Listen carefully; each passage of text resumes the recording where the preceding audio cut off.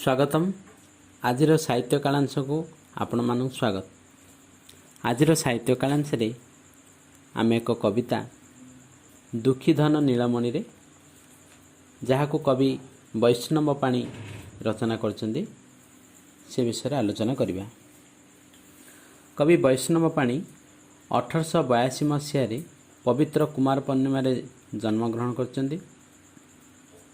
तांको द्वारा रचित गीतिनाट्य मेघनाद वध, रंगसभा, नल दमयंती, महिरावण वध, प्रहलाद चरित, रावण वध, सीता वनवास, अभिमन्यु वध, बिल्व मंगल और कर्ण वध ओडिशार पुरपल्ली रे बेस आदृत।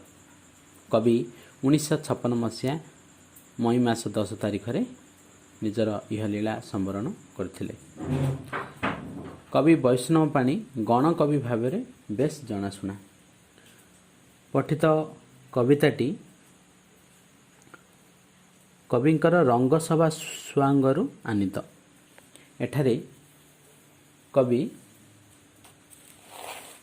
श्रीकृष्ण कंस महाराज जानी सारी कंस जानी सारी जे श्रीकृष्ण द्वारा तांकर मृत्यु लेखा होईची।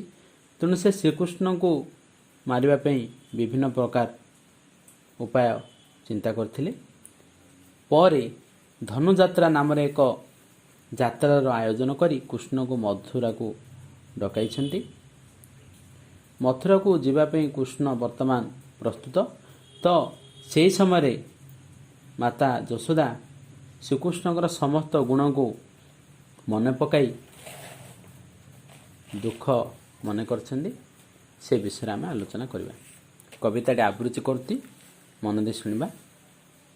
दुखी धन नीलमणि रे माँ बोली किए डाकिब मते। दुखी धन नीलमणि रे गोरु घेनी फेरी आसिला बेलकु। गोरु घेनी फेरी आसिला बेलकु काहा पाई जगी बसिबी पथे।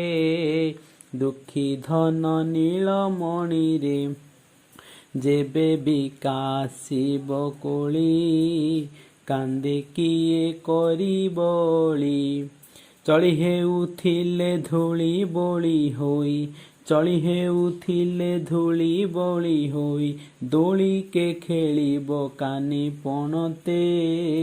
दुखी धन नीलमणि रे जेबे दही मुआ होइब। किए से लबणी खाइब होइन आनंद गाई दोहिबाकु। होइन आनंद गाई दोहिबाकु सिक्का छंद घेनी के जीव हाते। दुखी धन नीलमणि रे खेली जाउथिले दांडरे। धूली पड़ी थाई मुंडरे चली कली कले केही मामा कही। कली कले केही मामा कई कई कई होई कांदेबो केते। दुखी धन नीलमणि रे जेबे जीवु मधुपुर को। अनाइबी काहा मुख को कहे वैष्णव निश्चय जीव जीव। कहे वैष्णव निश्चय जीव जीव मुरुछिबी गला माली के मते।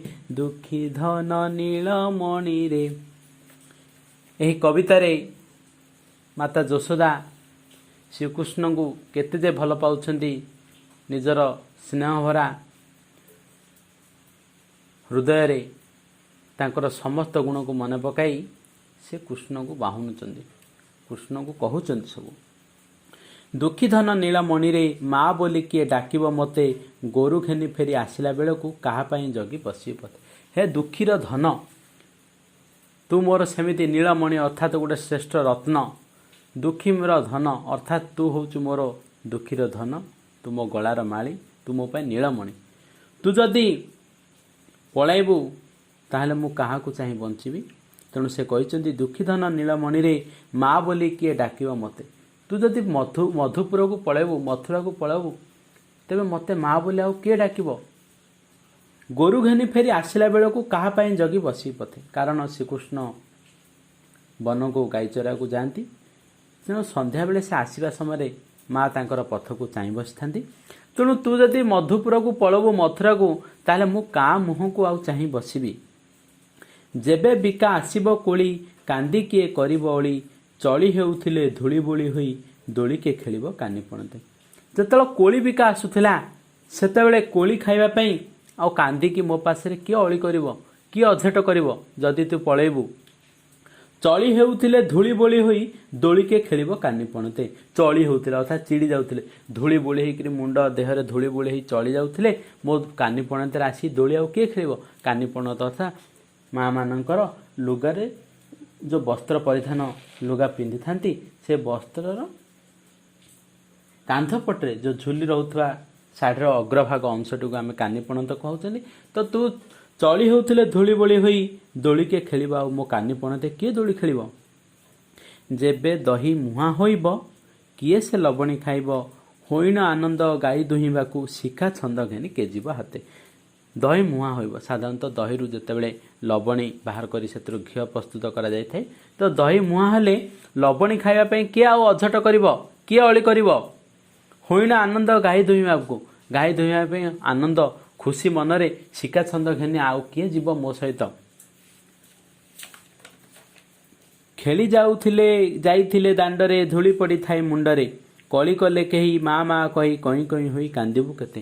ଯଦି ଧୂଳି ଦାଣ୍ଡରେ ଖେଳିଲା ସମୟରେ ମୁଣ୍ଡ ଦେହ ସାରା ଧୂଳି ହୋଇଯାଇଥିବ, ଆଉ କାହା ସହିତ କଳି କଲେ ଆସି କାନ୍ଦି କଇଁ କଇଁ କାନ୍ଦରେ ମା ମା ବୋଲି ମୋତେ ଆଉ କିଏ ଡାକିବ, କଇଁ କଇଁ ଆଉ କିଏ କାନ୍ଦିବ ଯଦି ତୁ ପଳାଇବୁ ମଥୁରାକୁ। ଯେବେ ଯିବୁ ମଧୁପୁରକୁ, ଅନାଇବି କାହା ମୁଖକୁ। ଯଦି ତୁ ମଥୁରାକୁ ସମ୍ପୂର୍ଣ୍ଣ ସବୁବେଳେ ପାଇଁ ପଳେଇବୁ, ତାହେଲେ ମୁଁ ମୋର ଦିନ ଅତିବାହିତ କିପରି କରିବି, ମୁଁ କାହା ମୁଖ ଚାହିଁ ଆଉ ବଞ୍ଚିବି। କହେ ବୈଷ୍ଣବ ନିଶ୍ଚେ ଜୀବ ଜୀବ, ଅର୍ଥାତ୍ ଏ ଜୀବନ ପଳେଇବ। ଯଦି ତୁ ମୋ ଠାରୁ ପଳେଇବୁ, ବୈଷ୍ଣବ ପାଣିଙ୍କ ମତରେ ମୋ ଜୀବନ ପଳେଇବ। ମୁରୁଛିବି ଗଳା ମାଳି କେମନ୍ତେ, ମୁଁ ପାଖରୁ ଛାଡ଼ିକି ତତେ କେମିତି ବଞ୍ଚିବି। ମୋର ଗଳାର ମାଳି ତୁ ବର୍ତ୍ତମାନ, ମୁଁ ତତେ ଛାଡ଼ି ବଞ୍ଚିପାରିବି ନାହିଁ ଦୁଃଖୀ ଧନ ନୀଳମଣିରେ। ଅର୍ଥାତ୍ ମାତା ଯଶୋଦା ଶ୍ରୀକୃଷ୍ଣଙ୍କୁ ନିଜ ପାଖରୁ ଛାଡ଼ିବା ପାଇଁ ନାରାଜ। ତେଣୁ ସେ ଶ୍ରୀକୃଷ୍ଣ ଯଦି ଯିବାକୁ ବର୍ତ୍ତମାନ ମାମୁଙ୍କର ଡାକରାରେ ଧନୁଯାତ୍ରା ଦେଖିବାକୁ ଯିବେ, ତେଣୁ ଶ୍ରୀକୃଷ୍ଣଙ୍କର ସମସ୍ତ ଗୁଣକୁ ସେ ମନେ ପକାଇ ମାତା ବହୁତ ଦୁଃଖରେ ନିଜର ବେଦନା ପ୍ରକାଶ କରିଛନ୍ତି।